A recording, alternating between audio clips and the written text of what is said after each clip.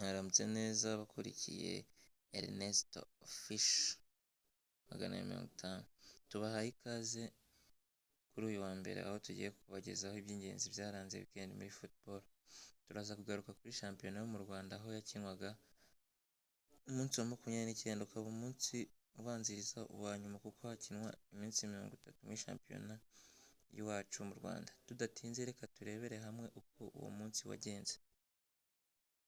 Uyu munsi wa 29 watangiye ari kuwa kane aho Marine yatsinze igitego kimwe Musanze, uza gukomeza kuwa gatanu APR itsinda 2 Gorilla FC, Etincelle itsindwa na Kiyovu 3-2.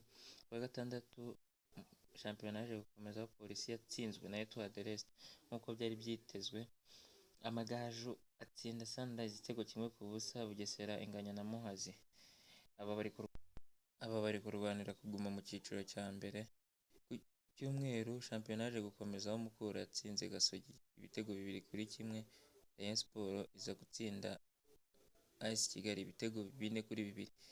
Ni nyuma y'uko Rayon Sport ishaka ko shampiyona irangira byibura harimo ikinyanya cy'amanota make, nayo yaje nubwo igikombe cyamaze kugenda ariko byibura shampiyona izasoza harimo ikinyanya cy'amanota makenya hagati yayo na APR yamaze gutwara igikombe. Ahasigaye ikibazo ni ku myanya ya nyuma aho izihatanira gusubira mu cyiciro cya kabiri ari urwego ku mwanya wa 12 ku mwanya wa 16. Bugesera na Sunrise akaba arizo ziri ku mwanya wa nyuma aho zinanganya amanota, aho zidaconze neza ku munsi wa nyuma zishobora kwisanga zamanutse. Gusa nubwo aribo bari ku myanya ya nyuma ariko guhera ku mwanya wa 12 uriho na Etincelle, Gorilla ku mwanya wa 13 na Etoile ku mwanya wa 14 nabo ntibarizera kuguma mu cyiciro cya mbere kuko umunsi wa nyuma ushobora kuza ugahindura byinshi. Ntitwava mu Rwanda kandi tutarebye ba top scorer abamaze gutsinda ibitego byinshi aho bayobowe na Victor Mbawoma unganya ibitego na Ani Elijah wa Bugesera. Victor Mbawoma akaba akinira APR. Umunsi wa nyuma ukaba ari uzagena uzaba agiye kuba top scorer w'iyiseza 2023-2024. Reka dukomereza amakuru yacu y'imikino mu yavugwa muri shampiyona zikunzwe cyane zo ku mugabane w'i Burayi arizo English Premier League, La Liga, Bundesliga, Serie A na Ligue 1, aho tugiye guhera muri Ligue 1. Nta byinshi byo kubavuga kuko Ligue 1 Paris Saint-Germain yamaze gutwara igikombe, na Serie A ni uko nguko Inter de Milan yamaze kwibikaho igikombe cy'usuzo y'uyu mwaka. No mu Budage ni uko Bayer Leverkusen yamaze kwibikaho igikombe cya saison ya 2023-2024. Ikaba ikomeje no gushyira agaheko ko kuba izarangiza ino saison idatsinzwe, aho yaje kubigeraho itsinze ibitego 5 muri iyi weekend.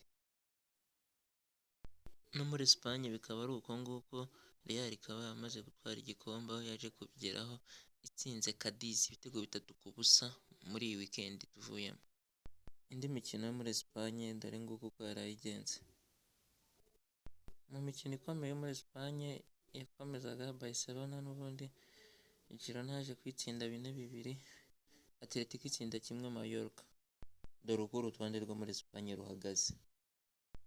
Mu Budage Harry Kane akomeje kuyobora abatsinze ibitego byinshi n'ibitego 33 muri saison. Reka tujye muri shampiyona ikunzwe aho nayo yaje gukomeza ku munsi wa 36, hakaba hasigaye imikino 2 gusa kugira shampiyona irangira, aho bigikomeye yaba mu kuzimanuka no kuzitwara igikombe, aho Arsenal iyi weekend yaje gukomeza kuyobora urutonde aho yatsinze ibitego 3-0 itsinda. Uyu mukino yatsinzemo 3-0, umuzamu wayo yahise agira clean sheet 15 aho yahise atorwa n'umuzamu mwiza w'iyi saison ya 2023-2024. Umukino wari ufite icyo uvuze naho Man City yatsinze ibitego 5-1 igihe yakinaga na Wolves. Muri ibyo bitego 5, 4 byaje gutsindwa na Haaland. Ubu ngubu akaba ari uyoboye aba top scorer ba English Premier League. Si ibyo gusa kandi kuko ubu ngubu mu myaka 2 amaze mu Bwongereza amaze kugira hat-trick 6. Indi mikino ikomeye yakomezaga naho Chelsea yaje gutsinda West Ham ibitego 5-0.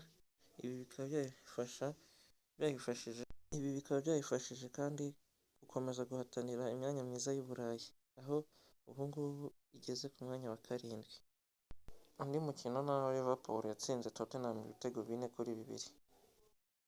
Muri English Premier League, Arsenal ikomeje kuyobora ariko ikina na Man City na Liverpool.